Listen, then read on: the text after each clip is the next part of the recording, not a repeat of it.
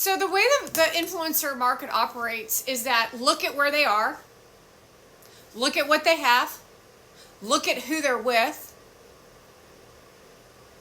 look at how much money they have, look at how successful they are. Look at all the wonderful things about how their life is going well for them. And then telling you to be grateful for what you have. While they're the ones holding the barring the door to keep you from being successful. While telling you then that they're nice people when they're clearly not nice people. While they prance around in fancy outfits, saying that they live bougie lives while diminishing being bougie because it depends on who they're sitting in front of. So if they're with this person, they diminish and call out bougie living. They're with this person, they say bougie living is where it's at. They call it clean eat. So it's all about who they're sitting in front of on how they're going to behave to ensure that they get in like phlegm with whatever community that they're sitting in front of. And with an intention for only themselves to win, while diminishing humans across the entire globe, while governments like Trudeau show up at a Taylor Swift concert. So what does that tell you about who Trudeau is? Clearly, they're in complete fear around Donald Trump. I'm sorry, but I don't give two shits about Canada, especially since Monavan lives in Toronto. I really would recommend that Toronto collapses, especially considering the volume of Persians that live in that city. That goes for DC too. The amount of Persians living in DC is astronomical. It's almost like people are inventing themselves to be Persian so they can gas fart everybody with bougie living of diamonds and gold from their historical lineage of their money that was passed down from generation to generation. The first sign is knowing the length of separation from themselves to the country itself. So you could be fourth generation American and be Chinese, and it's a different version than somebody who is straight out of a Chinese country. Then you have to take a look at the family and the person to see what they were willing to give up from their Chinese lineage and to see how they're willing to accept what you have to say as an American as the way an American is supposed to live, and then take a look at who they hang around with. Then watch what they do, watch what they say, and how they make your life either a better place to live or a sickness of, I want to get the fuck out of here.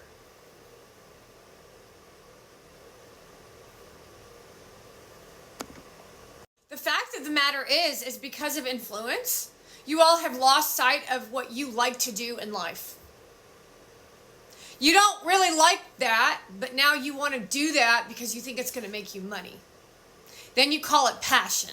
So your passion is the business of being business versus the thing that is the business. You don't learn the passion or have an experience of educating people on the passion, but you don't have a passion for the thing. Then you try to stop people from their passion. Even in an instant of watching someone's video, you can stop someone in their tracks from being the best seamstress on the planet because you don't want them to succeed. Think about that as a mother who takes her child to a ballerina class and the mother judges the child in the way she did something because her friend is sitting next to her. And then the kid doesn't want to go back to ballerina class.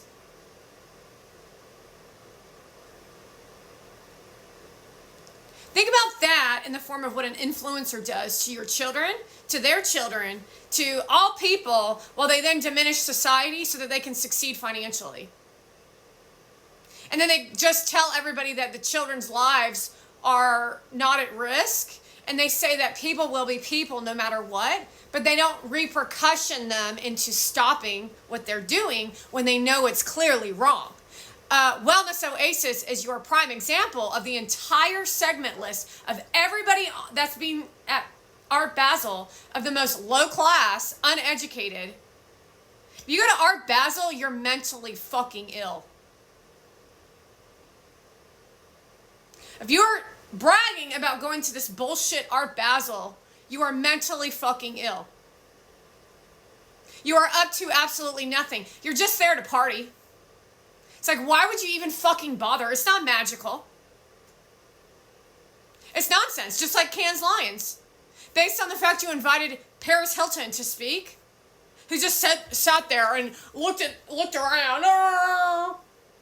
Well, I just wanted everyone to come into Paris's world so we can all be mentally ill of ADHD together. We're not really interested in that shit.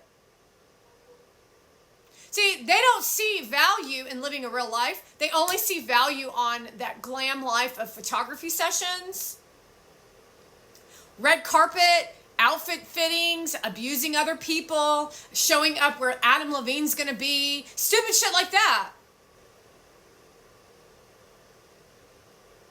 They don't have real conversations with people. They say, that's hot. I like pasteurized eggs and I eat chicken for breakfast. And then what you as audience are going to think that's normal? That's not business. You telling us your feelings on business is not business. You telling us your feelings on business is not business. Especially when your husband was fucking rich and just gave you a free fucking ride. And you had the pretty privilege to accentuate the shit because you were a cheerleading bitch in high school and you were abusive to people then and you're still doing the same fucking shit you were doing then in today's world as adults while you all yell out, we're not in high school. Wow, that's really going to help the kids in high school.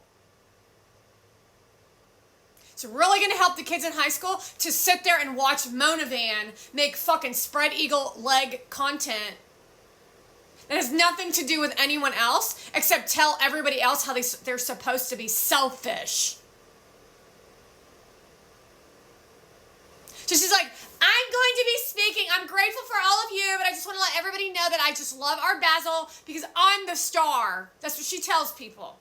And then because I said that, she thinks that's going to give her some clout. Go fuck yourself. Understand that she doesn't understand irony. She doesn't understand shit. She's not American. She lives in a linear existence of anything out someone's mouth is a compliment for her. That's how stupid she is. And then does nothing to repair the behavior. Continues on just like she was when she was 16 years old. Hasn't grown up. Pretends like she has, and then Gary Vee says that that's her fiance again and again and again and again to solidify his existence, to deteriorate society and diminish our United States of America so that they can all make fucking money.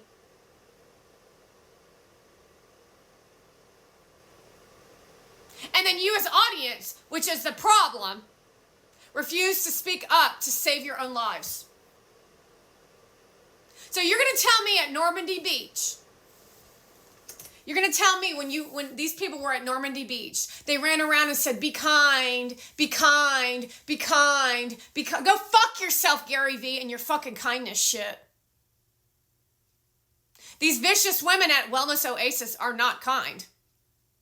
It's like unbelievable to me that you can't see how unkind they all are.